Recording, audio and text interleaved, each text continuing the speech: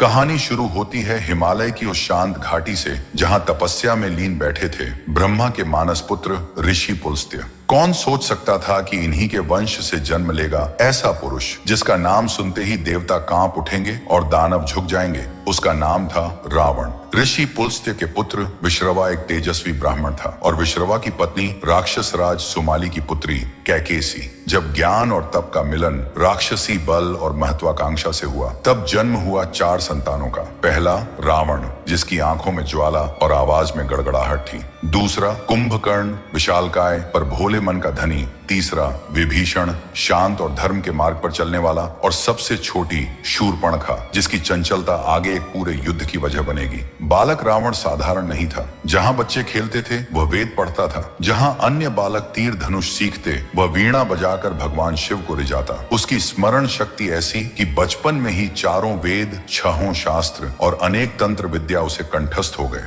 और जब उसका तेज आसमान को छूने लगा तो लोगों ने कहा, यह कोई सामान्य बालक नहीं, यह है दशानन 10 मुख वाला, अपना ज्ञान शक्ति और महत्वाकांक्षा 10 दिशाओं में फैलाने वाला। युवावस्था तक पहुंचते पहुंचते रावण का तेज, उसकी विद्या और उसका घमंड तीनों दिशाओं में फैल चुका था। पर उसके भीतर एक जलता हुआ सवाल था, अगर मुझे तीनों लोकों पर शासन करना है तो मुझे अमृता पानी होगी। और तब उसने ठान लिया कि वह तपस्या करेगा, ऐसी तपस्या जैसी किसी ने पहले न की हो। वह बैठ गया कठोर तप में। वर्षों तक उसने न आहार लिया न जल। एक एक कर अपने ही सिर काट कर अग्नि में अर्पण कर दिए। पहला सिर, दूसरा सिर, तीसरा सिर, हर बार नया सिर उग जाता और वह फिर उसे काट कर अर्पित कर देता। 9 सिर अर्पित हो चुके थे। जब उसने 10वां सिर अग्नि को अर्पित करने की ठानी तभी आकाश कांप उठा। ब्रह्मा प्रकट